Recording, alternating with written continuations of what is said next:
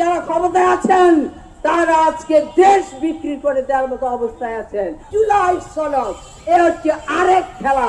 জুলাই সনদের নামে আজকে বাস্তবে যা করছে এক কথা আমি বলে দিলি, সেটা হচ্ছে সাংবিধানিক ইনডেমনিটি তারা চাচ্ছেন। তারা কেউই জাতীয় স্বার্থের পক্ষে কোনো অবস্থান নিতে পারেনি। তারা প্রত্যেকেই জাতীয় স্বার্থের বিরুদ্ধে তারা কাজ করছে। তারা প্রত্যেকেই কোনো না কোনো ভাবে প্রত্যক্ষ পরোক্ষভাবে জাতীয় স্বার্থের বিরুদ্ধে কাজ করেছে। তারা প্রত্যেকেই মুক্তিযুদ্ধের বিরুদ্ধে চেতনার যে সামনের যে চেতনা, সমাজতন্ত্রের যে চেতনা, অসাম্প্রদায়িক যে চেতনা, তার বিরুদ্ধে অবস্থান নিয়েছে। আর আজকে বাংলাদেশে দেখছি সেই অবস্থানগুলো দিনের পর দিন আরো দৃঢ় হয়েছে, আরো মজবুত হয়েছে। আজকে এখানে সাম্রাজ্যবাদ আরো বেশি গেড়ে বসেছে, সাম্প্রদায়িকতা আরো অনেক শক্তি নিয়ে প্রবল উত্থান ঘটেছে।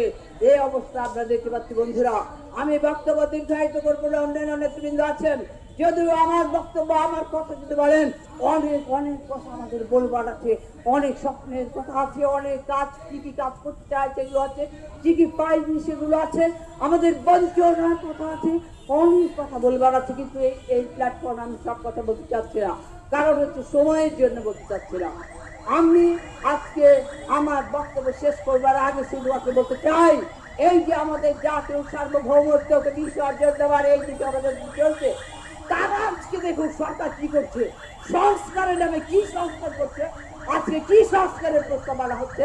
সংস্কারের প্রস্তাবনা আনা হচ্ছে কি মুক্তিযুদ্ধে যে আমাদের জাতীয় মূলনীতি যেগুলো আছে, যেগুলো মুক্তিযুদ্ধের চেতনাকে ধারণ করে আজকে ৩০ লক্ষ শহীদ, আমাদের ২.৫ লক্ষের বেশি আমাদের নারী নির্যাতনের মধ্য দিয়ে যা আমরা অর্জন করেছি, সেই স্বাধীনতার সমস্ত চেতনাকে পুনরুজ্জীবিত করবার জন্য, সেই স্বাধীনতার সার্বভৌমত্বের চেতনার বিরুদ্ধে অবস্থান নিয়ে আজকে তারা সেই সংস্কার প্রস্তাব আছে।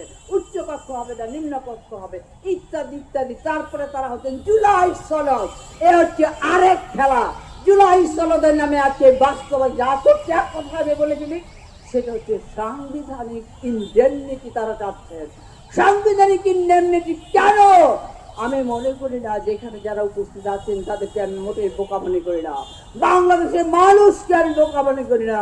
তারাও বুঝতে পাচ্ছেন যেহেতু যারা ক্ষমতায় আছেন তারা আজকে দেশ বিক্রি করে দেওয়ার মতো অবস্থায় আছেন। আজকে তারা দেশের সমস্ত স্বাধীনতাকে বিপন্ন করে তুলেছেন। এই অবস্থার জন্য তাদের নিজের অস্তিত্ব রক্ষার জন্য, ভবিষ্যতে জনগণের হাত থেকে নিজেদের চামড়া বাঁচানোর জন্য আজকে সাংবিধানিক ইনডেমনিটির নামে জুলাই সনদ করতে যাচ্ছেন। ইতিমধ্যে আজকে বামপন্থীরা সেটা প্রত্যাখ্যান করেছে। আপনারা তা দেখেছেন।